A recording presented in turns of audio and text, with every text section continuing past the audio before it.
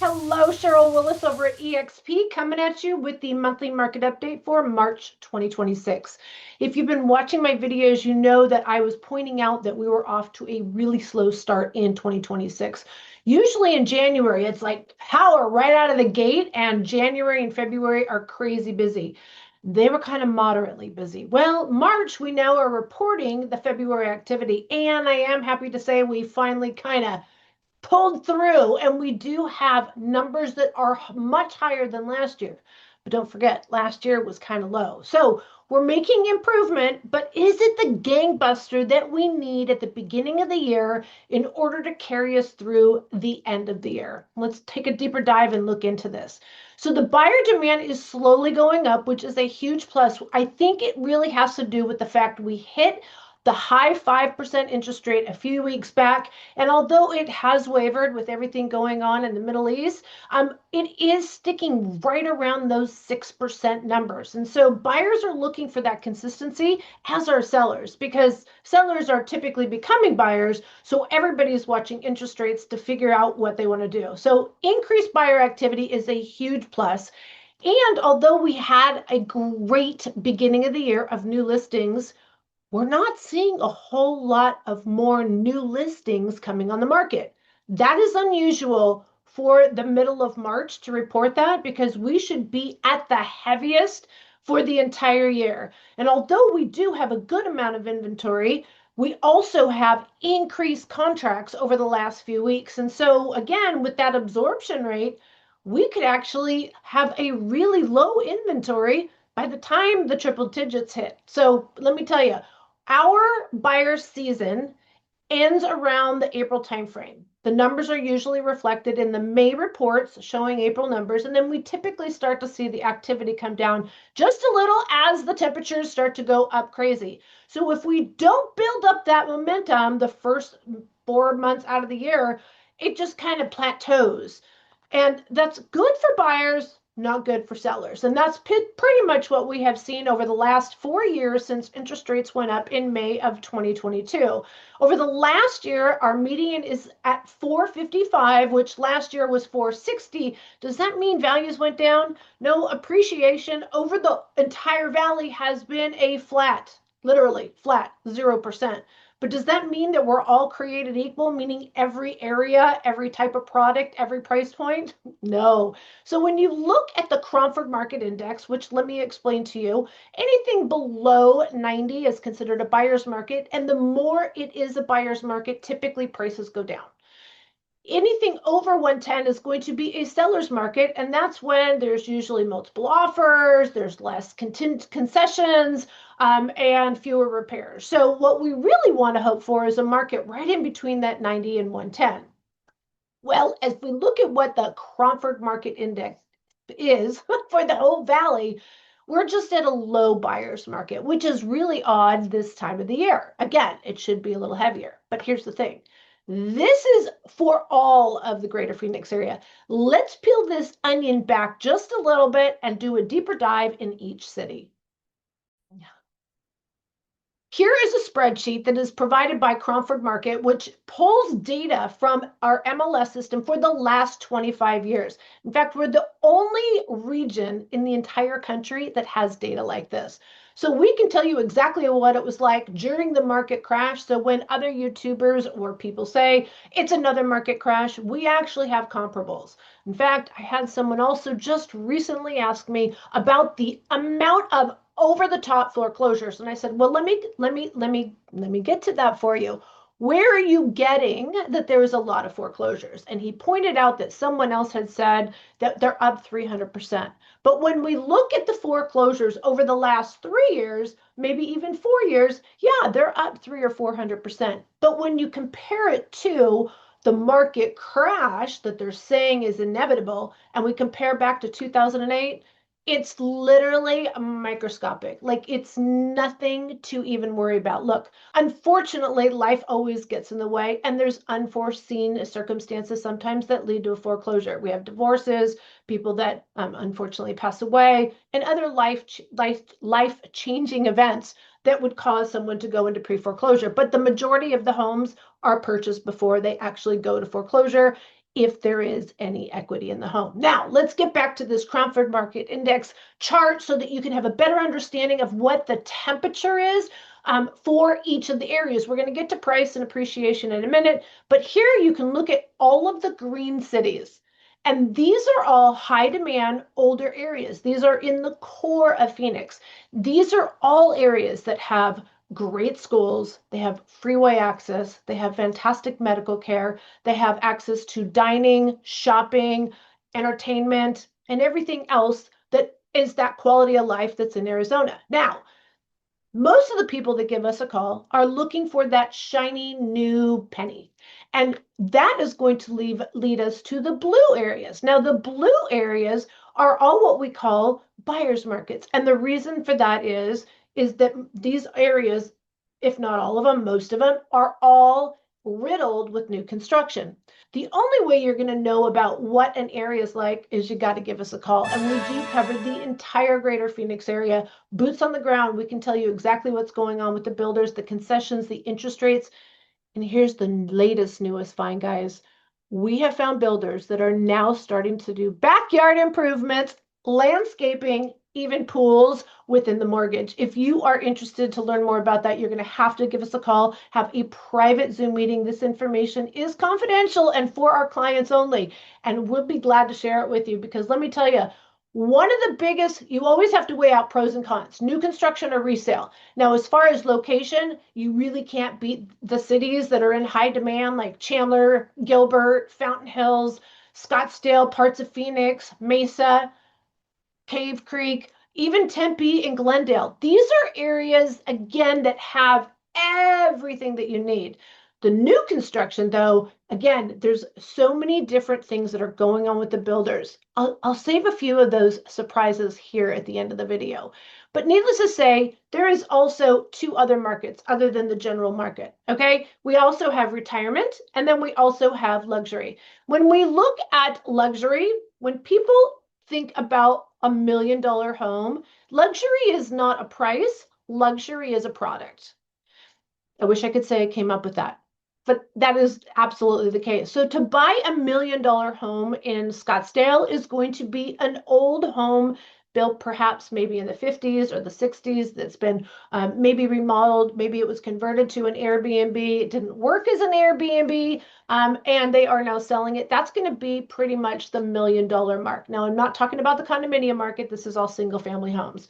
So that's what you're going to get in Scottsdale. Now, $1 million in Chandler is going to get you a home that's maybe 15, 20 years old, has a nice pool, has beautiful backyard with lush greenery, maybe has been remodeled, updated, maybe has not. You have to kind of trade off. If it has been updated, it probably has a smaller yard. If it hasn't been updated, you have a larger lot. So again, there's some choices there in that $1 million price point. Now, if you go out to Queen Creek, that's one of the cities I would actually say is kind of like new construction is very prominent there. And a lot of people that are looking in Chandler and Gilbert tend to find themselves in Queen Creek because they like the new construction.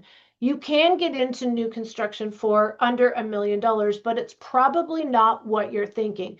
Recently, we had some buyers that were coming to town. They were looking for a 5-bedroom single level on a somewhat larger lot under $1 million. And unfortunately, that does not exist in Queen Creek any longer. You're probably looking at a 3-car garage. You can still get new construction, but it's going to be a much smaller lot, or you can go with a resale that has a larger lot, but it might not be a single level. It's a 2-story. So again, Queen Creek has a lot of options. Now, $1 million in Peoria, once upon a time, was a lot of home. Again, North Peoria has really changed how we consider, like the way we think of Peoria. The older Peoria, $1 million, you can still get quite a piece of land. It's probably an older home, might even still be on the septic, but you could get a half acre in the South Peoria area. Now, North Peoria, though, $1 million doesn't go very far. Again, you're thinking about like prices maybe pre-COVID. $1 million home in Peoria is probably only going to be about a 2,500 square foot home, maybe single level, swimming pool, and no views. So again, $1 million doesn't stretch very much in Peoria either. Now, if we go down to Goodyear and we're looking at $1 million homes, you can get yourself a fantastic, fantastic deal. In fact, even in Verrado and Buckeye, you can still get beautiful, relatively new or brand new construction for under $1 million. But you still are going to have that commute and not necessarily all the amenities that you might be looking for. Now, Verrado does have new Verrado Marketplace that they are just about to open. The businesses are actually doing some hiring right now. Super Target movie theater, Costco is already there. They have a Home Depot that's going to be opening up. So everything will be there except for employment. So again, there's different parts of the valley that work for people. But if you're looking for something that will consistently be in demand, and if you're looking for something that will consistently see appreciation rise, you're going to be looking in the older, more central part of the Phoenix area. Again, these are areas like Chandler, Gilbert, Fountain Hills, Scottsdale, Cave Creek, Mesa, Paradise Valley, Glendale, Tempe, even parts of Avondale and Peoria. This is in the core. That's what I'm trying to say. Let's touch on the 55 plus communities. Now, this is a large data set on 55 plus communities, but it is not by any means all of them like we have been able to pull data for. So the data set that is selected is coming from Sun City, Sun City West, Sun Lakes, and parts of Sun City Grand. These are areas that are isolated to 55 plus. Now, they are older communities. And I'll tell you, those particular communities have seen an 11% decline in their values since the peak of the market in May of 2022. This has everything to do with the demographic of the buyer. These are individuals that don't have growing incomes. They have a set income, pension, retirement. And so when prices went up and interest rates went up, a lot of them are just like, I'm out of here, right? So we are seeing the older communities, again, seeing that decline. Now, the newer communities don't necessarily have the same decline, but the builder incentives are out of this world. But just remember, guys, you're probably not going to be able to sell in those newer communities for a very, very long time. Let's talk about new construction because I feel like it's very different today than it has been in the last 5 years. If we go back 5 years ago, people were lining up to get new construction. They didn't care what they were paying. They didn't care what they were upgrading with. They were just, give me a house. Yeah, and we saw what happened with that, right? We saw shoddy building, we saw horrible customer service, and a lot of problems with the new builds. Now, we started to see in 2022, when interest rates went up, a new concept, not new, but something that the market really had not seen in a really long time, and that was called spec homes or inventory homes. And the builders realized that they didn't have this line anymore, and they had to get some homes kind of lined up in case somebody walked through the door, they at least had a home or two to sell. That became the norm. And it took away from a lot of people that really wanted to build their own home. A lot of gosh, I remember back in the day walking in the builder, looking at these big, beautiful maps, and then we would pick out the lot you wanted, and then we would pick out the house, the floor plan you wanted, the elevation, you got to pick which choice you want, ranch style or Spanish style or farmhouse or modern. Those are the ones that are out there today. And you had different color choices, and you want the garage on the left or the right. Guess what, guys? That's back. That is back. And the builders are now starting to let you put in the backyard landscaping with your mortgage. Now, Say not all of them what? are there yet. We've been very pleasantly surprised with the builders that have offered this. And there's a whole lot more conversation about putting backyard landscaping and a pool in your backyard. This is why it matters what realtor you work with, because once you enter into that contract with the builder, yes, our job is to represent you and to make sure that that builder adheres to the contract and you are protected. We need to make sure that you understand all the terms and conditions before you sign that. But a couple of things. The builders, number one, say, if you want this deal, because we're writing offers on every single home. Even though it's buyer season right now, we're making sure our buyers are getting killer deals. So we make sure that we're true buyer agents. By the way, it makes a difference. Making sure you understand what that means. But then they're saying we need earnest today and a contract by end of business. So talk about pressure. You got to jump and go left, right, move forward. You got to jump through hoops for your client. And again, that's why it matters who you work with. If you're working with a solo agent and they're working with another client, that means you are next in line. This is why we work in a team environment and we all work on every single transaction together. So back to why we're so great. Just kidding. Back to why it really matters who you are working with. These builders right now, they may tell you that if you don't come in with a realtor, you'll actually get an extra, $20,000. I know Toll Brothers does that. That is not the case. They just don't want a realtor in there hammering them and watching them, making sure they're doing everything correctly, adhering to the contract, also getting you the best possible deal. There is never a scenario where it is going to benefit a buyer not having representation on new construction. And the fact that these builders are now including more inclusives, and letting buyers build from the dirt. It's not just spec inventories out there anymore. There is so many moving things going on right now. You need to have the right representation. If you have not done a Zoom call with us, you please give us a call, shoot us a text, send us an email. We want to have a conversation with you and talk about why it's different working with us than any other team. We cover the entire greater Phoenix area. We're not just limited to one particular area. I know there are some agents that proclaim that they are an area specialist. We are a valley specialist. It makes a difference. Rarely does somebody relocating say, I only want to live in here.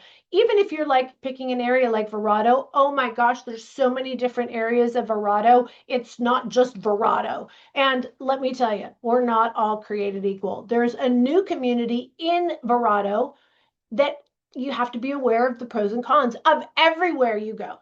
If you're thinking of Buckeye, oh, Teravalis, definitely have to give us a call. Give us a call before you get sold on Teravalis. Also, there are some older communities that are really making a huge comeback that are absolutely amazing. And a little tip for also other people that are relocating here. Don't come to Phoenix thinking you have to find the right neighborhood. It doesn't really work like that. And if you get so focused on resale neighborhoods, you're going to get lost in the weeds because literally every single city has hundreds of neighborhoods. If you're not ready to buy, the most important thing is to get to town. We call it a discovery visit, where you're going to come on in. We're going to help set up a self-guided tour and get to know the area like a local. You don't want to necessarily drive down. I mean, yeah, we're gonna have you drive in through some neighborhoods, but it's not about finding the right neighborhood. Because let me tell you, the neighborhood I live in has not had a listing in over a year. They just had there's just one popping up on the market. So if you were shopping by neighborhoods, you would have never seen my neighborhood because there was nothing on the market. Do you see my point? It's more about understanding the area. Now, new construction, understanding what the future brings, both in a pro and con. There's both everywhere you buy. New construction, you want to know what the growth potential is in that area and also what the competition will be in that area and for what time frame. The hardest thing for us realtors is when we see we get a buyer in a home, they're super excited, and whatever happens within a year and a half, 2 years, a short period of time. Remember, real estate's supposed to be a long game, and they give us a call after only being here for a couple years, and all of a sudden they need to leave. It's hard to make enough appreciation, especially in a flat market that we've had for the last 4 years. Almost 4 years ago is when interest rates went up. And so it's hard to recoup that money. You need to understand some of the risks going into new construction or even resale. Here's the thing, guys. Again, no one does real estate the way we do. You just got to give us a call, shoot us a text, send us an email, give us a chance. Let's have this conversation. We want to make you a more informed buyer, and we'd love the opportunity to earn your business. All right, guys, talk to you soon. Have a great month, and we'll see you in April.